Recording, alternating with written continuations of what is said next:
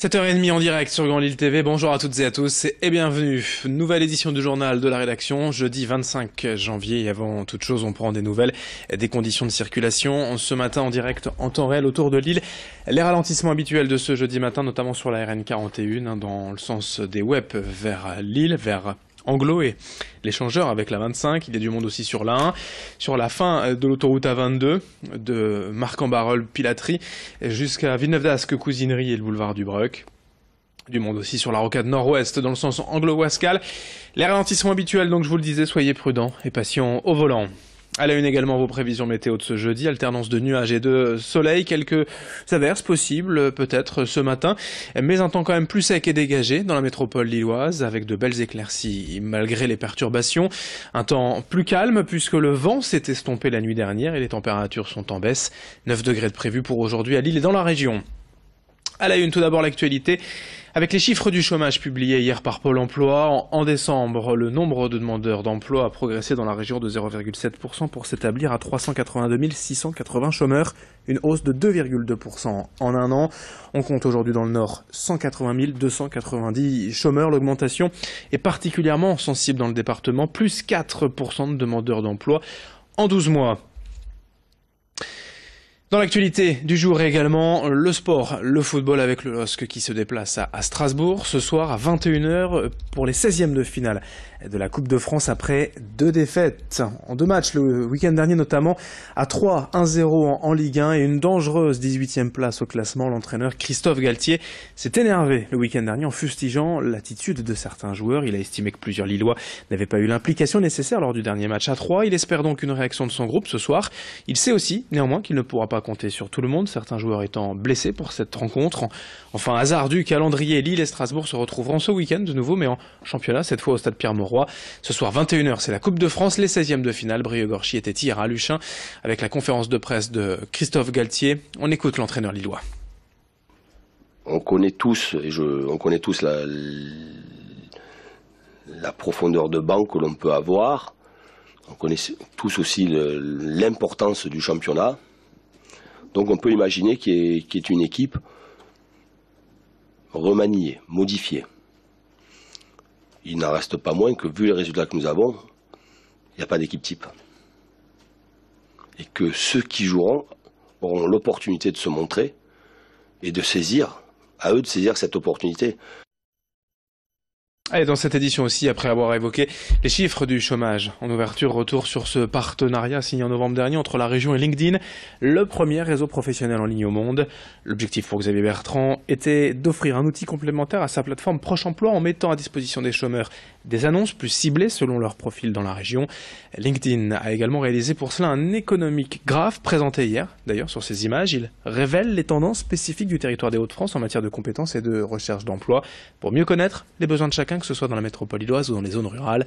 Explication à ce propos au micro d'Idil Gunaï. L'économie graph présentée aujourd'hui est une cartographie digitale des compétences disponibles et attendues dans la région. 3 grands constats.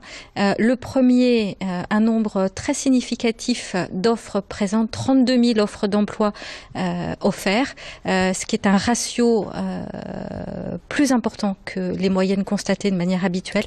Le second constat, des compétences qui émergent et qui sont attractives pour les entreprises, en particulier centrées autour de la relation client. Et puis, troisième constat, des soldes de compétences, de migration de compétences nationales et internationales favorables pour la région. Donc une région dynamique et attractive pour les entreprises et pour les compétences qui y vivent. Vous le savez sûrement, depuis le mois de novembre, il n'est plus possible de faire sa demande de carte grise au guichet. Tout passe désormais par Internet. Et si le système n'est pas encore tout à fait au point avec quelques ratés durant les premières semaines, il est également possible de se faire aider grâce à l'association l'Automobile Club du Nord. Moyennant 10 €, ses membres prennent en charge toute la démarche en ligne. Une vraie solution pour celles et ceux qui ont quelques difficultés avec l'informatique. Ici, les spécialistes règlent l'affaire en quelques minutes. Explication complémentaire avec Philippe Dutrieux, le directeur de l'Automobile Club du Nord, au micro de Brieux-Gorchy. Alors on a été motivés parce qu'on s'est rendu compte qu'on a un certain nombre d'adhérents qui ont un certain âge quand même et ils ne sont pas habitués des nouvelles technologies. Ils vont sur les sites internet, mais c'est vrai que c'est un peu compliqué pour eux. Il y a quand même pas mal de démarches assez complexes à faire. On leur demande beaucoup de renseignements, beaucoup d'adresses mail, etc. Donc ils ont un peu de mal et nous on est quand même tout à fait aptes à le faire. Ça se fait ici directement. On reçoit les gens sur place. On les invite à venir nous consulter à Mons-en-Barœul. C'est réservé normalement pour les adhérents de notre association, mais on est également ouvert à tout le monde, sachant que c'est gratuit pour les adhérents et ça sera contre une modeste somme pour les autres. 7h35 en direct, on enchaîne à Tourcoing. Le quartier de l'Union poursuit sa mutation après déjà plusieurs hectares de friches réhabilitées. C'est au tour de l'ancien stockage du peignage de la Tossée d'être actuellement rénové. Un bâtiment de 7000 m² et pour lequel la société d'économie mixte Ville Renouvelée a lancé un appel à projet. L'objectif est de créer un lieu de vie pour les habitants du quartier dans ce secteur en pleine transition depuis maintenant plusieurs années. 4 anciennes usines ont déjà été rénovées, ici entièrement réhabilitées. Les opérateurs souhaitant donc se lancer dans ce grand projet ont jusqu'au 14 mars pour présenter leurs propositions. Explication au micro d'Alexis Tessier. On fait un appel à projet pour être le plus ouvert possible. On privilégie aujourd'hui sur le quartier de l'Union une démarche vraiment partenariale où finalement on cherche à co-construire avec les opérateurs les réponses les plus adaptées à la fois aux ambitions qu'on porte sur l'ensemble de ce quartier qui se transforme. L'idée c'est de réinterpréter ce patrimoine, donc on peut très bien c'est un peu de la pâte à modeler ce bâtiment. Il va falloir à la fois valoriser ce qu'il a de plus de patrimonial avec sa façade très rythmée et très structurée, presque un château quelque part. Et puis on peut le creuser, on peut les vider, on peut le surélever, on peut mettre des balcons, on peut voilà. Et tout ça pour accompagner des programmes qui sont porteurs de potentiel. Quelques infos en bref pour terminer à l'Homme, le salon 48 heures pour l'emploi. La formation se tient aujourd'hui et demain de 9h30 à 17h30 au cinéma Kinépolis.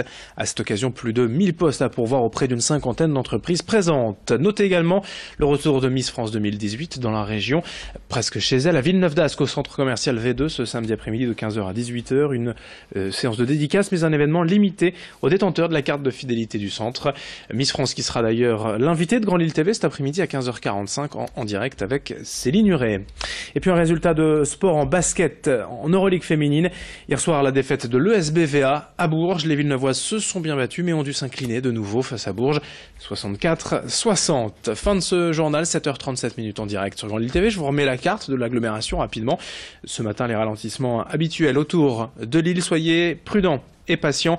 D'autres infos à suivre dès 7h45 et dans une poignée de secondes. Rendez-vous avec vos prévisions.